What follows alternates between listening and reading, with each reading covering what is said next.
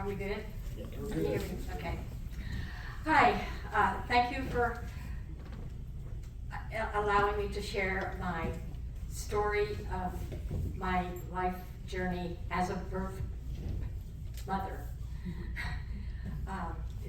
That story starts on July 8th, 1969. At the age of 22, I found myself alone in California, Carmel, California, particularly. I gave birth to a baby boy, 8 pounds, 10 ounces.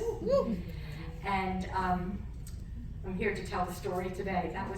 I was immediately anesthetized when I got to the hospital, so I did not experience the birth. And my parents were in Brazil. I'm an Army brat. My father was stationed in Brazil, and my boyfriend had gone to Vietnam to fight the Vietnam War. So my mother was a war bride. All of my relatives were far away. I was alone in California. And when I awoke on July 9th, after having the baby, I awoke to my mother sitting at my bedside. She had flown from Brazil to California, to be with me as I signed the surrender papers. To surrender the custody of my child to the state, and then go with her to Brazil, which sounded exciting and like a nice relief from the 9 months that I had just been through deliberating what I was going to do with this child. 1969, the political landscape for women, especially unwed mothers, was not a good one. Didn't have very many choices, and none of them really were suitable, other than the one that I chose was to give up my child. And I was told at the signing of the papers, it was made very clear to me that I would never, ever see this child again, and to be sure that I understood that. So, full disclosure, I'm fine. I'm okay. I see some sad faces out there. This has a happy ending, believe me. I went to Brazil for a couple of months, and then knowing that my boyfriend was going to be returning from Vietnam, I arranged to come back to the States and meet him at the airport and follow him out to Georgia and continue my purpose in life was to manipulate him into marrying me so that I could live the American dream of being the obedient housewife to yes. And I did that. In December of 1969, we tied the knot, and we were already living together. We decided I had not had found the words to express to him the story. He knew when he left for Vietnam that I was pregnant, but he didn't know what I didn't tell him what I was going to do. I didn't know what I was going to do. So, and I never found the words to discuss it with him or really anyone else at that point. It's not something that people discussed. I went through a lot of counseling. My journey through life had a lot of hilltops and valleys, a lot of extreme ups and extreme downs, and more than likely one of the longest bouts of postpartum depression on the record, 47 years.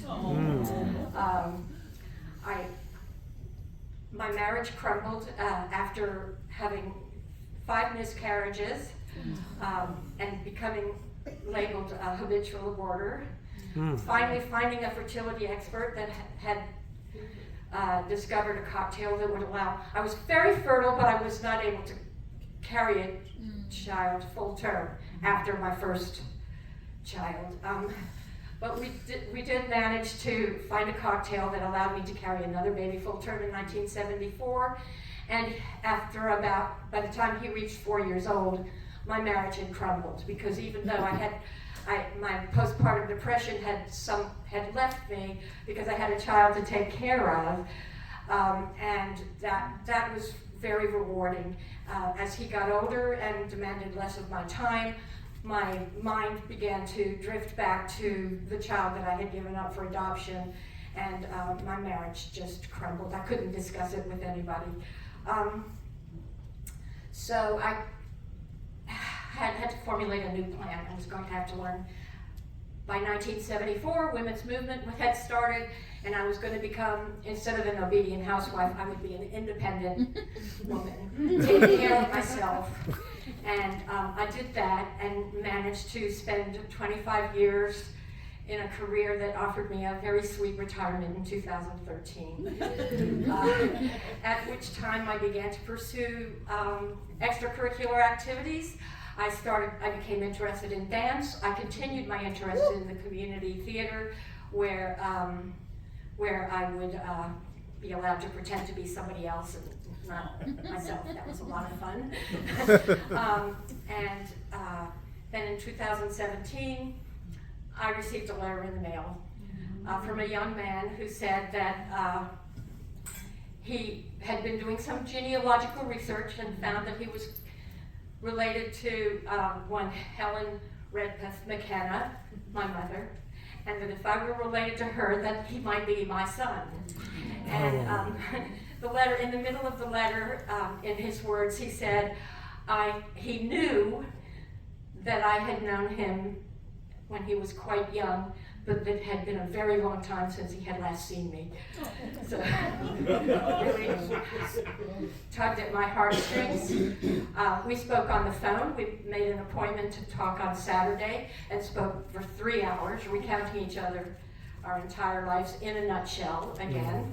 And on Monday, I went to his youngest son's band concert where we met in person. In case you missed that, the young man who grew up in San Jose, California, 25 years ago, earlier than that, had moved to Atlanta. So he lives in Atlanta now. The two brothers have met and they're good friends, pickleball partners. They music together. Wow. Next week I'll be going to a bluegrass concert where my oldest son will be playing his magic mandolin and singing his music, and we are all one happy family.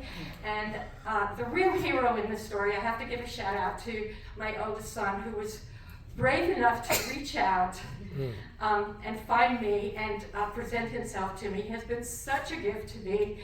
And since we met 7 years ago, he has now helped over 100 adoptees find their birth parents. So very proud of him.